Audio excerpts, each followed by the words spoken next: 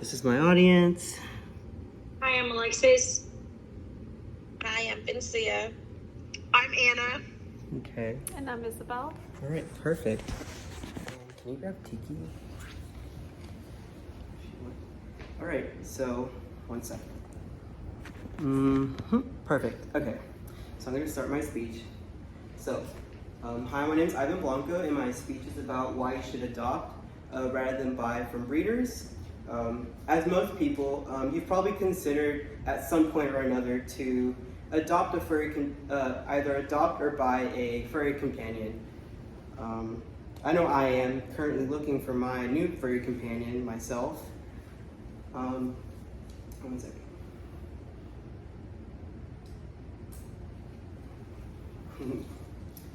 So, when there are many avenues for how to go about getting your new furry companion, I'm here to talk to you about adopting rather than buying from a breeder.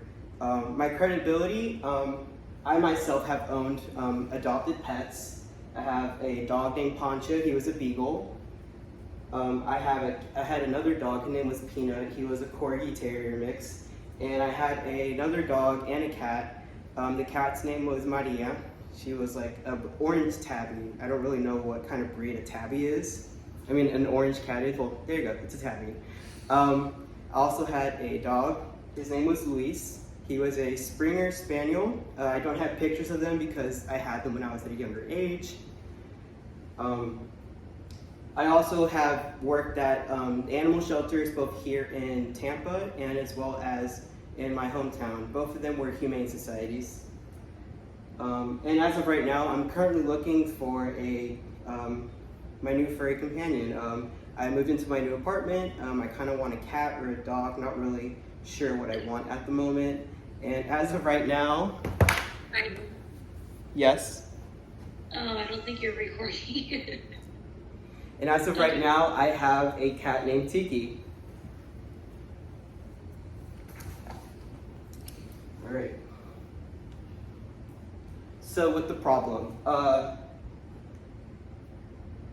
according to worldatlas.com, there are about 6.5 million animals in shelters.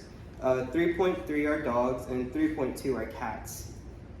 A lot of these animals, they don't really have a control of how they ended up in these shelters. A lot of them end up, according to dogcopilot.org, they end up in these shelters because they are surrendered by their previous owners. Some of the reasons why they're surrenders are because of divorce, loss of job, so they aren't able to afford taking care of these pets anymore. Some of these pets end up having unplanned litters because they aren't neither spayed or neutered. So the owners aren't able to take care of the new puppies or kittens, so they unfortunately have to surrender them to the animal shelters. Some of these owners end up moving, and they end up moving to either an apartment that doesn't take the specific dog breed that their pet is, or they just can't afford to take the pet with them wherever they're going. And lastly, unfortunately, some of these owners do end up losing interest in their pets, so they see it fit to just surrender their pet at an animal shelter and hope for the best at that point. Another issue with the animal shelters is that a lot of these shelters fall under have euthanization policies, and these policies are dangerous because any dog that is deemed no longer eligible or like able to be adopted, so if they're sick, they're old, or if they've just been at the animal shelter for a really long time, even if they are very aggressive, unfortunately caretakers can't take care of aggressive dogs very well, so they end up having to euthanize them. A fact about Florida itself, ABC Action News, they stated back in 2020, Florida was the fourth in all of the states to have the highest count of animal euthanizations, and with Polk County being number one in Florida itself.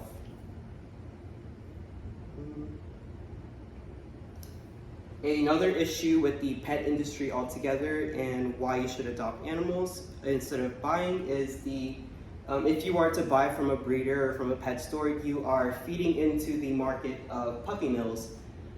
Essentially, puppy mills are these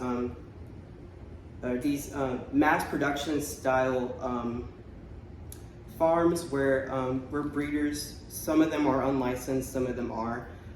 They, in essence, mass produce puppies and kittens while neglecting their health and their well-being. According to animalangels.org, they said that a responsible breeder would not worry about the quantity of the pets, they would worry more about the quality of the pet. And that goes into saying how these puppy mills are very dangerous and unsafe situations for these animals. They don't have access to appropriate vet care. They're sometimes very overcrowded. The fact that they don't have vet care comes with the underlying conditions of genetic mutations, genetic indifferences. A lot of these animals come with genetic disorders, or they're just born with predisposed diseases that pets are born with if they're not vaccinated. That's another thing, they don't come vaccinated either. A lot of these puppy mills will just have the puppy and just 3-4 weeks down the line, they'll send them to the pet stores.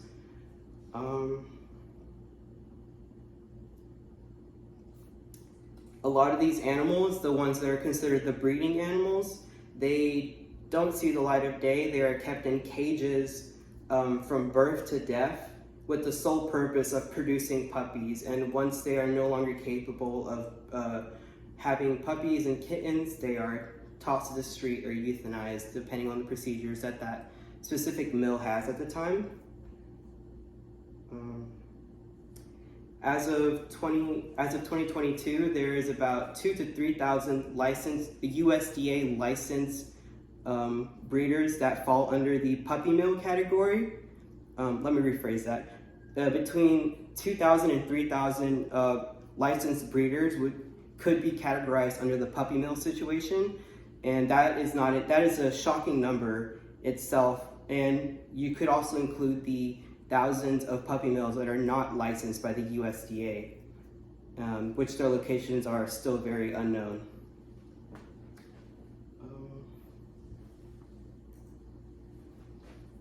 So for the solution portion of my speech, I would like to redirect you to the animal shelter that we have here in Tampa itself, the Humane Society of Tampa Bay. They do a really good job of catering to the future pet owners. They have a wonderful website that is very easy and very manageable. They have a catalog of the pets that are ready to go to homes. They have adoption counselors that can sit down with you, work through the paperwork, and really just help you get to know the pet that you're about to have and help you realize that this pet is a really big responsibility. One of the reasons why adopting is the better option, it helps reduce the viability of these puppy mills, because if people aren't buying their pets or getting their new furry companions from puppy mills, eventually they will lose value itself. Another reason why you should adopt from an adoption center is because you'd be essentially saving the life of an animal. Unfortunately, if some of these animals aren't adopted, they get euthanized to make room for future animals as well. They are good additions to families. A lot of them, if they were surrendered by a loving family or family that did take care of the pet, they are potty trained, they're house trained, maybe even be able to walk, sit, fetch.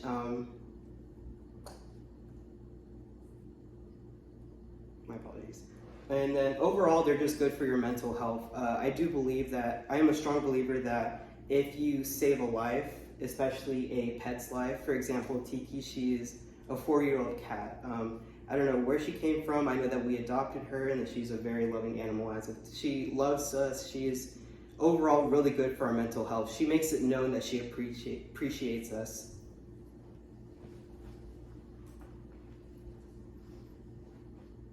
And then if you are interested after my speech in contacting the Tampa Humane Society, I did attach the email to this PowerPoint, which I gave access to all the people who are watching right now.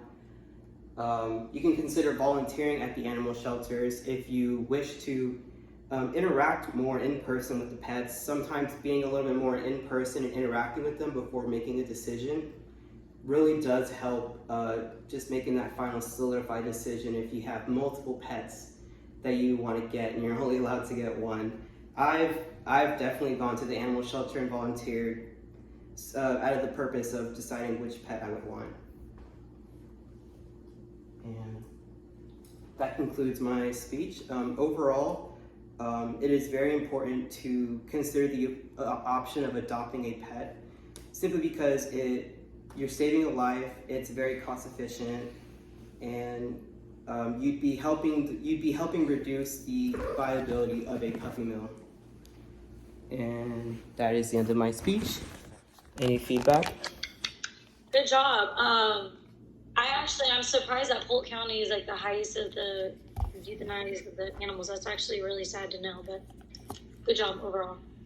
I really liked the presentation. The visual presentation was really good. Very organized. Thank you. Very organized. A lot of information that you didn't know. It's kind of sad. I think you did a really wonderful job at organizing the visual and also using gestures. Like your gestures were really natural. Okay, all right. All right, thank you. That is my video.